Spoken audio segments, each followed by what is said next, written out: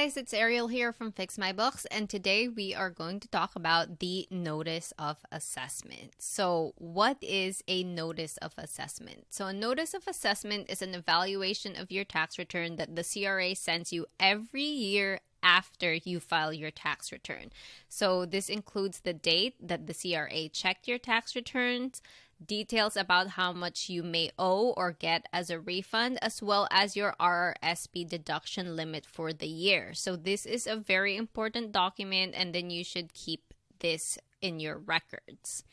So the difference between an express notice of assessment and the notice of assessment is just how fast you get it. To get an express notice of assessment, you must actually be registered. This is you as a person, okay? You must be registered for My Account, and you must use a NetFile certified software. That is on your end as the person filing this, right? As a tax preparer, we have different requirements that we need to fulfill to be able to get our clients an express notice of assessment, but I'm not going into that because you guys don't care about that. But just so you know, you can only get an express notice of assessment if you are registered for My Account and you used a NetFile certified software to file your tax return. So again, the only difference between an express notice of assessment and the notice of assessment is how fast you get it. So a notice of assessment usually takes 2 weeks if you file it electronically, or 8 weeks if you file it through paper or mail.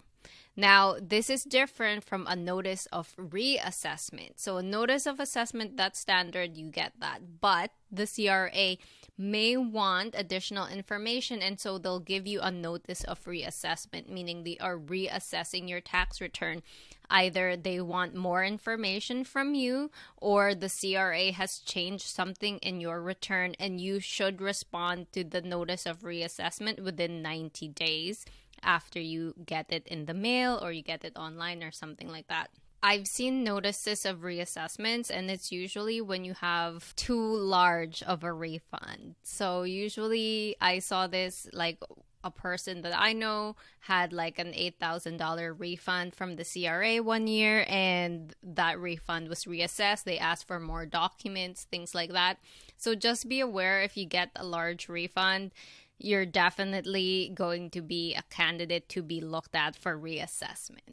Okay, so that's the difference between these three. And if you have any questions, let me know. Comment them down below.